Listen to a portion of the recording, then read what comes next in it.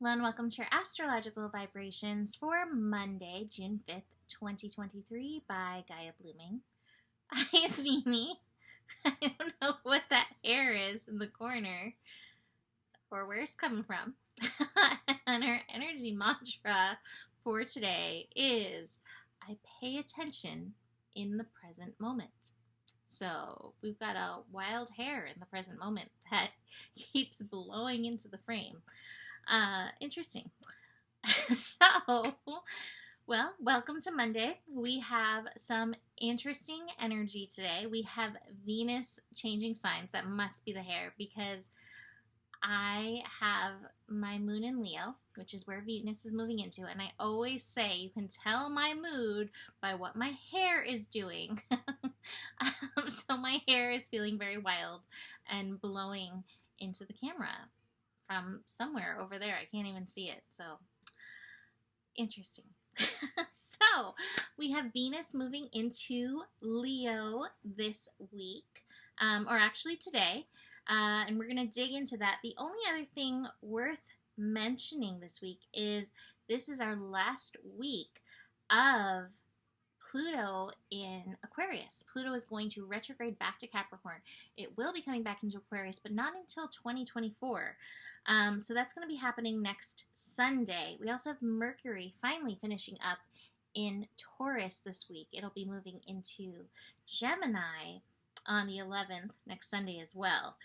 But watch for those Aquarian lessons. And that's going to be brought up today as Venus moves into Leo, and its first connection is opposing Pluto at Aquarius at 0 degrees.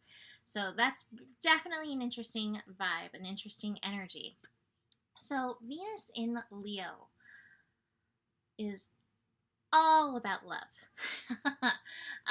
But as we know, Leo can also represent ego energy. So sometimes it's love, and sometimes it's love of love. Loving the look of love, more so than love, that we experience with Venus in Leo. You know, there's lots of different schools of thought when it comes to the ego. Some people are like, it's bad, get rid of it. And other people are like, you kind of need it as a process on Earth. And I find most paths kind of balance out to the middle path. I think we're given an ego for a reason. Maybe certain avatars, saints, can go egoless, and that's fine. I think to be aware of our ego, to have like a finger on the pulse of our ego, because we all have one.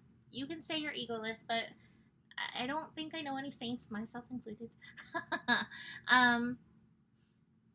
To be aware of it, I think, is more important than trying to just extinguish it. I think when we try to extinguish our ego, it goes into the land of the shadow, and then we have a lot of unconscious behavior, probably coming from the ego. So I think with Venus in Leo, especially as it's preparing for a retrograde that will begin in July, put Venus in Leo through like the first week of October. It's a long time for Venus to be in a sign. To get a good hold on your ego and what is coming from ego. Because with Venus in Leo, we have the ability, the calling, to have a new relationship with the energy of love, to bring in our creativity, like the wild hair that keeps popping up, hone in our creativity, value the input of our inner child, create a new relationship with our inner child. But again, that goes hand in hand with connecting to, I think, our ego. I think so much of our ego, whether healthy or unhealthy, wounded or not wounded, is foundational from our childhood days. And so if we are willing to go there and look at it, that can be very, very powerful. Watch yourself, because you may find yourself very enamored over this time, and you may find yourself very unenamored. I don't know if that's a word. When Venus goes retrograde, I find Venus retrograde can be so challenging for relationships, but it is really a call back towards relationship with yourself and that focal point, which is maybe why relationships don't look so shiny when Venus is retrograde. Yeah, but watching, creating, working with the relationships that we have with our heart, our passion, our inspiration, our inner child, and our ego. Building new relationships with the energy of love. And I may actually do a replay. I did back around Christmas time, I did a recording with the omens about the 7 different words of love or types of love according to the Greeks. And that might be a really good thing to look at because there are different ways of loving, and it's okay that there's different ways of loving. But this may be a good time to get clear where you put which kind of love and recognizing that for yourself. So there's that. But like I said, the first connection Venus is making in Leo is with Pluto in Aquarius at 0 degrees. This feels a little tempestuous. Venus is already going to be at 0 degrees. And if you've been watching me a long time, I always say 0, 0. You know, like that 0 energy, Venus kind of feels offline. She's adjusting to the energy and not really ready to bring like grace or love. Only a wild hair. That's all. I wish I could figure out what's doing that. I don't know. I have no idea. I literally cannot see anything in front of my camera doing this. So, it looks like a mantis arm dancing. So Venus, opposite Pluto at 0 degrees. This, to me, is a call towards empowerment. Pluto is always a call towards empowerment. However, pulling against Venus newly in Leo, it feels like Venus is not ready for this. It is not ready for this energy so much.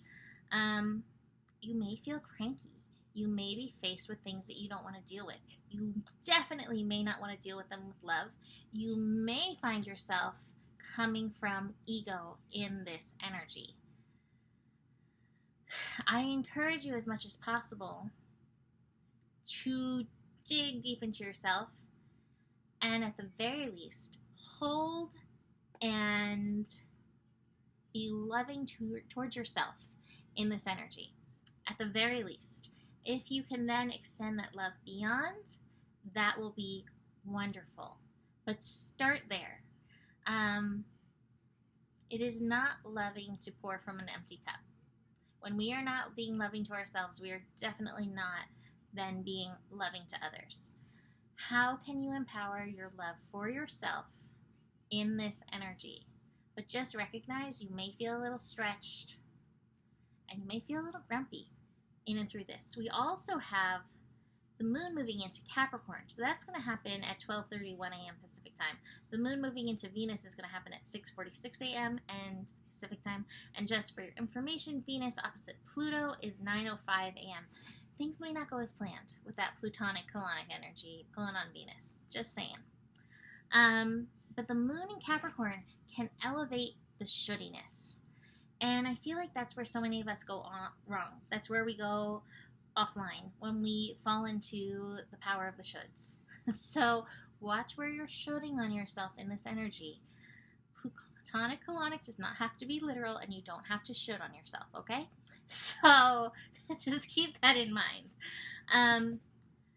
But the moon in Capricorn is meeting with Jupiter early in the day, meeting up with the North Node and the South Node, connecting to them early in the day as well. That Jupiter connection feels lovely.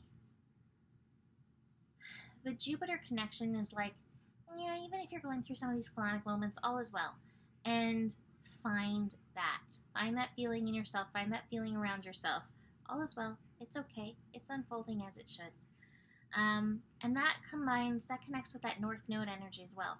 Watch for where the fear creeps in and where you try to get into control because fear has crept in. The final connection of the day is the moon in Capricorn connecting to Saturn. That's a little bit later in the afternoon. Saturn in Pisces. And again, this is all as well. It's unfolding as divine order. Can you work with the unfolding instead of trying to rule with your ego and how this is supposed to be, in essence?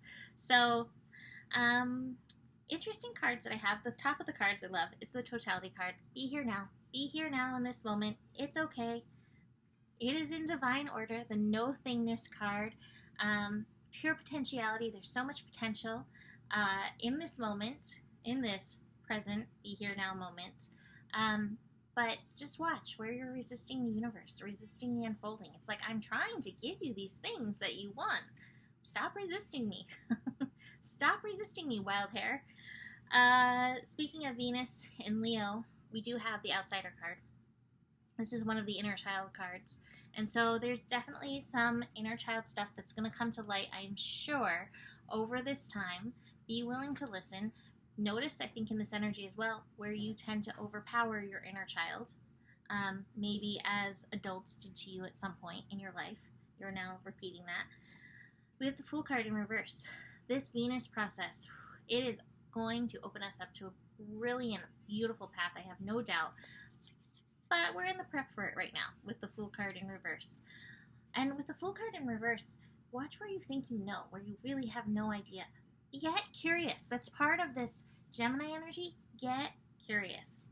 The final card is turning in. And I'm feeling like after this full moon and everything that's gone on, we may not feel like the turning in at this point.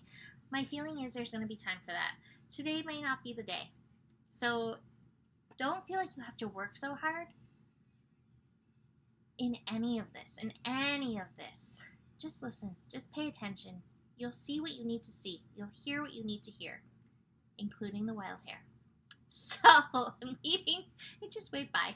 I'm leaving that here for you to say. You can book a reading. Email me, mimiclark@gmail.com, if you would like a reading from me and the hair. Besides that, the better it gets, the better it gets. There's more than enough love in the world for you. You have the power, and honor your values and stay curious. Namaste.